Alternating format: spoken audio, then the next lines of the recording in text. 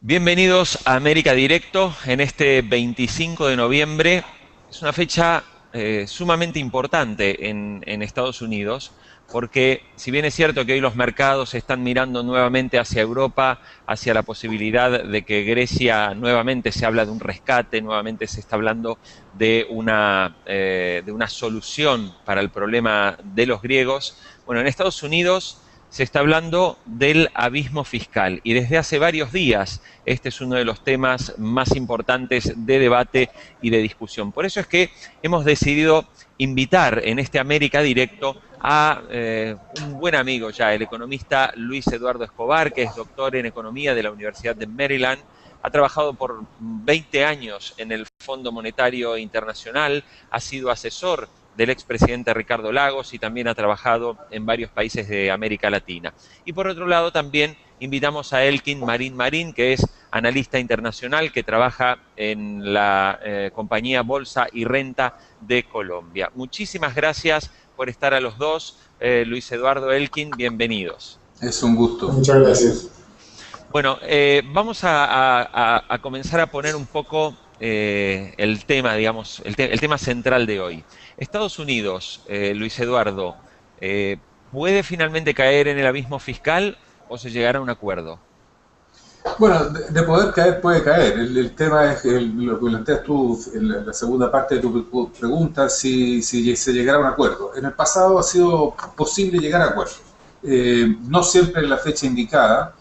A veces lo que se ha hecho es que se ha elevado el límite de la deuda de forma tal de poder seguir las conversaciones, pero finalmente hasta ahora ha sido posible llegar a acuerdos y tengo la esperanza de que prime la cordura y que efectivamente logren hacerlo, ya sea hoy día mismo o extendiendo el límite, ampliando el plazo de los límites de la deuda.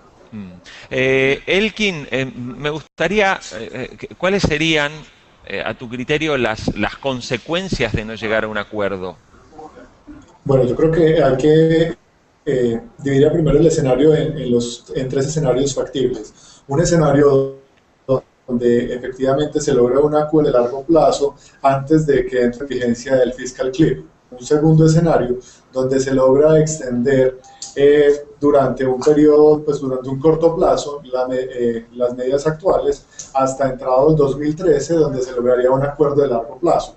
Y un tercer escenario donde no habría acuerdo. En el escenario donde no hay acuerdo, lo que tendríamos básicamente es nuevamente en una recesión con efectos sobre el crecimiento económico mundial vía una disminución de la demanda norteamericana. Y obviamente con impacto sobre las economías latinoamericanas como consecuencia de la caída de los precios de los commodities y de las exportaciones hacia los Estados Unidos. A ver, vamos a explicar un poco también a nuestra audiencia que Estados Unidos se está planteando realizar un fortísimo ahorro, un nivel de ahorro que he decidido pasarlo a un número para que la audiencia también lo pueda ver. Digo, estos son o sea, estamos hablando de 1,2 billones, 1,2 billones de dólares, ¿no? Es este número que arranca con ese 1 y luego tiene 11 ceros juntos, serían 12 ceros realmente. Luis Eduardo, la cifra es absolutamente incalculable, digo, para una economía, para las economías latinoamericanas estamos hablando de cifras que son realmente increíbles. Está bien que esto es un ahorro en 10 años aproximadamente, pero ¿qué pasa si el gobierno de Obama decide subir los impuestos a los ricos, como dicen por allí? Bueno, ese es un gran tema de discusión. Lo que está en discusión aquí es cómo se reduce el déficit fiscal a largo plazo. Si no se hiciera nada, si no hubiera acuerdo en realidad, lo que ocurriría es que habría un ajuste instantáneo, que era a lo que aludía Elkin al principio, un ajuste instantáneo que sería equivalente a algo más de 4 puntos del PIB. Entonces, en ese momento habría, dado los multiplicadores fiscales que diversas instituciones han calculado, lo más probable es que haya una contracción económica muy importante en los Estados Unidos. Entonces, el tema aquí es cuál va a ser la calidad de este acuerdo y cómo se va a repartir a lo largo del tiempo. Lo que han dicho los analistas, lo que han dicho los economistas norteamericanos que han mirado esto, e incluso los analistas europeos, es que sería muy importante llegar a un acuerdo que tenga un ajuste fiscal razonable al inicio, bastante menor que los 4 puntos del PIB, pero que dé garantías que a lo largo de este periodo de 10 años Estados Unidos va a poder volver a una situación, ojalá, superavitaria. Eso no es fácil, dadas las cifras de las que tú acabas de mostrar, y dado además las opciones políticas que hay. En realidad son básicamente dos, o una combinación de estas dos. Una sería, desde luego, aumentar los impuestos, y la otra es reducir el gasto. Aumentar los impuestos significa o reducir exenciones o derechamente aumentar las tasas a los grupos que en el pasado han gozado de las disminuciones anteriores, que son principalmente los grupos de altos ingresos, aunque hay, si uno lo reparte por quintiles, según la Brookings Institution, el segundo quintil, o sea, el 20% que está no en la pobreza, sino que un poco menos que pobre, en Estados Unidos sería también bastante afectado.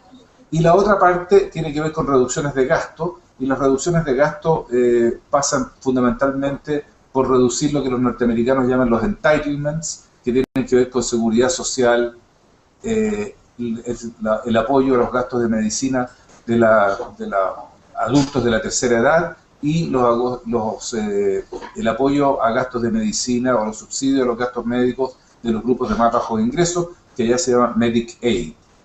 Entonces, ahora, esas son las opciones en juego en este momento. Sí, Luis Eduardo, pero evidentemente tocar los gastos de medicina sería como que Obama fuera contra sus propias promesas, ¿no? Sus promesas con las que él ganó las elecciones. Bueno, ahí está, esto va a ser una negociación, o sea, así es que yo creo que eventualmente uno debiera esperar que va a haber alguna reducción en estos entitlements, en estos subsidios.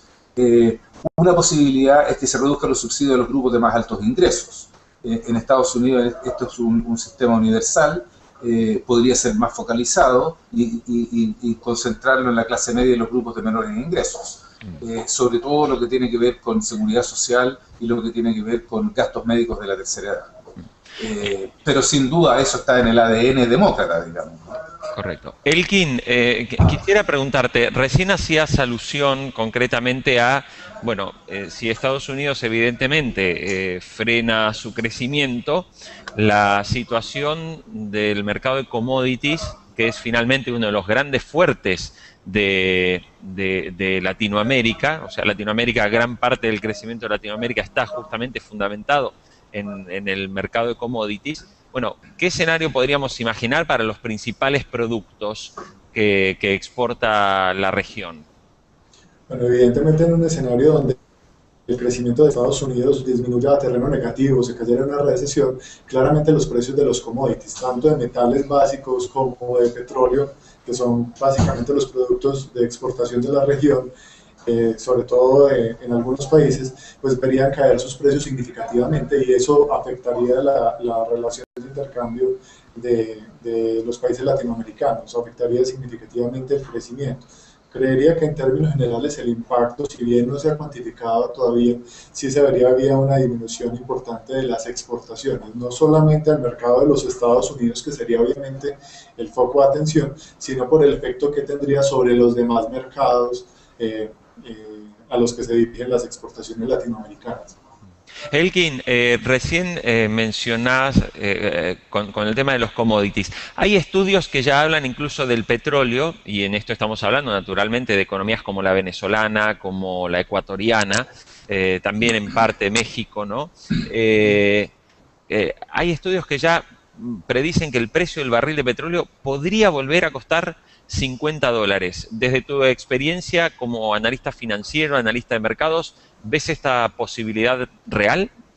Bueno, la verdad es que el precio del petróleo, por sus características y por la volatilidad, no es extraño que tenga disminuciones tan fuertes. Sin embargo, no es nuestro escenario base. La verdad, esperamos que el precio del petróleo siga muy cerca de los niveles actuales, porque obviamente eso va a permitir que el crecimiento económico de toda la región permanezca fuerte. Obviamente es un escenario que no se puede descartar y la verdad creo que todo el mercado está esperando que se alcance un acuerdo fiscal en los Estados Unidos, aunque sea temporal inicialmente y posteriormente se llegue a un acuerdo de largo plazo, donde el efecto fiscal se pueda reducir o el ajuste que se tendría se pueda reducir desde el 4,5% que hablamos ahora hasta niveles al menos de un 1,5%, que si bien sigue siendo un efecto importante para el crecimiento de los Estados Unidos, pues es mucho menor de lo que se tendría si no se llegara a ningún tipo de arreglo. Luis Eduardo, quisiera llevarte a cifras macro, área en la que eres un experto indudablemente tras tantos años en el Fondo Monetario Internacional. Con la situación en Europa, ¿no? España nuevamente en recesión, bueno, prácticamente toda Europa ya al borde de una nueva recesión. ¿Han cambiado las perspectivas de crecimiento en base al análisis que llevas? Y me refiero fundamentalmente a los países de Latinoamérica, me refiero a Chile y al manejo de información que tú tengas al respecto. Mira, en general se espera que a raíz de hay tres elementos, digamos, que influyen sobre qué es lo que le va a pasar al crecimiento de América Latina. Desde luego, uno es el gran monstruo nuevo en la economía mundial, que es China, y qué es lo que va a ocurrir en China. En China parece que la transición política está siendo razonablemente controlada y uno tiene la esperanza tal vez de que eso va a seguir su curso y que China va a mantener tasas de crecimiento entre 7 y 8% anual. Si eso es así, gran parte de América Latina queda protegida porque nuestro principal demandante de commodities en realidad es justamente China y los países asiáticos que abastecen a China. En segundo lugar está la situación europea, que como tú dices ya está en recesión oficialmente, la eurozona, y eso, como lo hablamos alguna vez anteriormente, lo más probable es que eso dure por un buen tiempo. Eso no es de fácil resolución, las crisis financieras tienen consecuencias muy importantes sobre el crecimiento económico de mediano plazo, y Europa en ese sentido lo más probable es que no sea excepción. Entonces pasa a ser muy importante, como decía Elkin anteriormente, qué es lo que pasa con Estados Unidos. Una reducción súbita, digamos, del gasto público en magnitudes muy grandes podría perjudicarnos seriamente porque Estados Unidos sigue siendo un gran consumidor de productos del resto del mundo y tiene un déficit en cuenta corriente importante, que en la medida que corrija su déficit fiscal, eso va a ir disminuyendo. O sea, en términos netos va a dejar de ser el gran consumidor que ha sido en los últimos años. Recordemos que Estados Unidos llegó a tener un déficit público del orden del 12% del PIB, con un déficit en cuenta corriente de como 7 puntos del PIB. Entonces, mientras Estados Unidos seguía consumiendo, era en realidad no una locomotora, pero jalaba el tren, digamos, en cierta medida. Hoy día eso se ve más incierto y las proyecciones en general de América Latina son que va a crecer un poco más suave, aunque debería mantener tasas de crecimiento bastante interesantes el próximo año. Como para terminar, me gustaría preguntarle a los dos, y empezaría contigo, Elkin. Más allá de las perspectivas de crecimiento, que como dice Luis Eduardo, siguen siendo positivas, mientras China siga siendo también una gran locomotora. ¿Qué pasa con el panorama de negocios en la región? Y quisiera preguntarte, Elkin, particularmente por lo que ocurre con Colombia, ¿no? O sea, está claro que el presidente Juan Manuel Santos parece estar más alineado en una política de mayor gasto público, de más intervencionismo del Estado. ¿Esto está afectando de alguna manera las inversiones, el clima de negocios en Colombia? No, por ahora yo creo que no hay ninguna afectación del clima de negocios en Colombia, porque el mayor gasto público se ha financiado por ahora con un mayor recaudo tributario, que no significa de ninguna manera un incremento en los impuestos. Lo que se ha visto en Colombia es un incremento en el recaudo sin que haya un aumento en las tasas de impuestos, básicamente de eficiencia y por el buen comportamiento de la economía. Entonces, inclusive este año aparentemente se estaría llegando a la meta de recaudo que se tenía en los planes de desarrollo para el año 2014. Se ha dado un gran espacio fiscal al gobierno para ampliar sus programas de gasto público. El otro factor es que si bien las han estado muy fuertes, en Colombia lo que se viene observando es una gran cantidad de anuncios en obras de infraestructura y en programas sociales, pero el ritmo de ejecución ha sido mucho más lento. Entonces, literalmente la plata del gobierno por ahora está guardada mientras se empieza la ejecución real de los proyectos. Entonces, realmente no ha habido presiones en cuanto al clima y por el contrario creo que hay un enorme espacio fiscal para tomar las medidas que se consideren en caso incluso de que el escenario internacional se vuelva mucho más complejo. Perfecto. Luis Eduardo, ¿y en Chile? Bueno, en Chile, como te decía anteriormente, estamos esperando una leve desaceleración respecto de este año. Este año vamos a crecer cercano al 6%. El próximo año estamos hablando de algo más bien parecido entre 5 y 5,5%, que son tasas bastante razonables, no tan altas como los máximos históricos, pero de una situación que es bastante holgada. Todo esto en el supuesto de que no hay un ajuste importante en el precio de los commodities y muy particularmente en el precio del cobre, que hoy día ya representa el 60% de nuestras exportaciones. ¿Y qué perspectivas se pueden plantear en el caso de Chile, siendo un país donde, como dices, el 60% todavía de las exportaciones es cobre?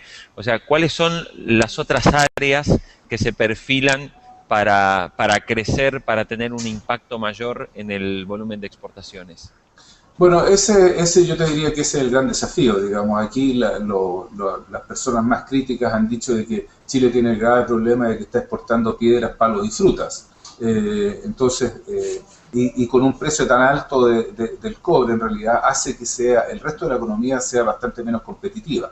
Tanto las exportaciones de manufacturas especialmente, como las importaciones, digamos los productos que compiten con las importaciones, lo que los economistas llamamos los bienes transables. Y ahí Chile está padeciendo una suerte de enfermedad holandesa, porque el cobre fija un tipo de cambio que es excesivamente bajo para las condiciones del resto de la economía. Yo diría que ese es el gran desafío estructural que enfrenta la economía chilena en el mediano plazo. Cómo a transformar esta base que te da el cobre de ingresos, convertirla en desarrollo exportador de otra naturaleza. Bueno, para terminar, días pasados pudimos entrevistar a una ciudadana común de Colombia que está organizando el primer cacerolazo contra el gobierno de Santos. Y una de las preguntas que le hicimos fue si el Tratado de Libre Comercio de Colombia con Estados Unidos había favorecido o había perjudicado a los colombianos. La respuesta fue que en realidad había perjudicado a los colombianos. Como ambos viven en países que tienen acuerdos de libre comercio con Estados Unidos y una serie de productos y una serie de beneficios, me gustaría la visión de cada uno de ustedes. Elkin, por el lado de Colombia, ¿cómo valoras este Tratado de Libre Comercio? Y luego Luis Eduardo.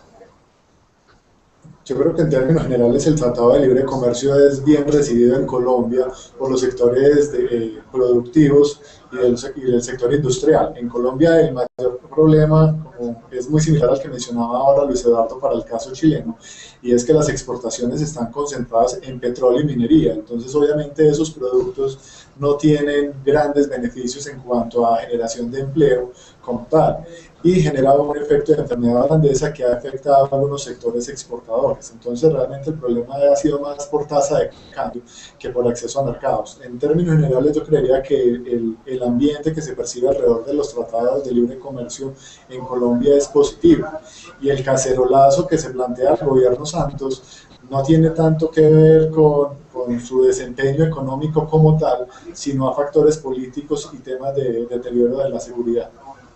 Perfecto.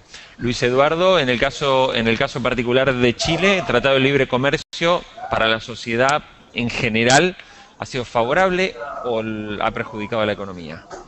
Yo diría que en general ha sido favorable. Yo fui de los escépticos inicialmente cuando se empezó a negociar este Tratado de Libre Comercio con Estados Unidos, porque en muchas áreas la economía chilena y la economía norteamericana son parecidas, digamos, corregido por los tamaños, desde luego, ¿no? Pero yo creo que en realidad le ha abierto paulatinamente la puerta a exportaciones de mayor valor agregado, sobre todo en el sector manufacturero. Si no fuera por el problema del tipo de cambio, yo creo que hoy día Chile estaría exportando mucho más manufacturas a Estados Unidos de lo que exportaba históricamente, porque se han ido degradando las barreras arancelarias que Estados Unidos tenía a las exportaciones hacia ese mercado desde Chile con mayor valor agregado. Entonces, esa ofrece una oportunidad que ha sido difícil aprovechar por el tema de la enfermedad holandesa, como les decía anteriormente, pero que está ahí. Ahora, la economía norteamericana ha sido un gran tragón, digamos, de importaciones del resto del mundo, así que ese efecto también ha sido importante para la economía chilena en los últimos años. Muy bien. Muy bien. Luis Eduardo Escobar, economista chileno, Elkin Marín Marín, analista financiero desde Colombia. Les agradezco muchísimo el contacto con Infobae América y con América Directo y esperamos contar nuevamente con ustedes muy pronto. Muchas gracias. Saludarte, Jorge. Muy bien, muchísimas gracias a ambos. Y seguimos, nos pueden seguir como siempre a través de nuestra cuenta de Twitter, @InfobaeAmérica, y por supuesto en america.infobae.com. Muchas gracias. Gracias. Adiós.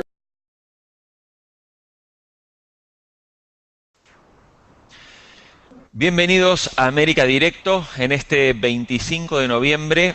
Es una fecha sumamente importante en Estados Unidos, porque si bien es cierto que hoy los mercados están mirando nuevamente hacia Europa, hacia la posibilidad de que Grecia nuevamente se habla de un rescate, nuevamente se está hablando de una solución para el problema de los griegos, bueno, en Estados Unidos se está hablando del abismo fiscal. Elkin, me gustaría, ¿cuáles serían, a tu criterio, las consecuencias de no llegar a un acuerdo? Bueno, yo creo que hay que dividir primero el escenario en tres escenarios factibles. Un escenario donde efectivamente se logra un acuerdo de largo plazo antes de que entre en vigencia el fiscal cliff. Un segundo escenario donde se logra extender durante un periodo, pues durante un corto plazo, las medidas actuales hasta entrado el 2000. Y desde hace varios días este es uno de los temas más importantes de debate y de discusión. Por eso es que hemos decidido invitar en este América Directo a un buen amigo ya, el economista Luis Eduardo Escobar, que es doctor en economía de la Universidad de Maryland. Ha trabajado por 20 años en el Fondo Monetario Internacional, ha sido asesor del expresidente Ricardo Lagos y también ha trabajado en varios países de América Latina. Y por otro lado también invitamos a Elkin Marín Marín, que es analista internacional. La parte de tu pregunta, si se llegara a un acuerdo. En el pasado ha sido posible llegar a acuerdos. No siempre en la fecha indicada. A veces lo que se ha hecho es que se ha elevado el límite de la deuda de forma tal de poder seguir las conversaciones, pero finalmente hasta ahora ha sido posible llegar a acuerdos y tengo la esperanza de que prime la cordura y que efectivamente logren hacerlo, ya sea hoy día mismo o extendiendo el límite, ampliando el plazo de los límites de la deuda. Él que trabaja en la compañía Bolsa y Renta de Colombia. Muchísimas gracias por estar a los dos. Luis Eduardo, Elkin, bienvenidos. Es un gusto. Muchas gracias.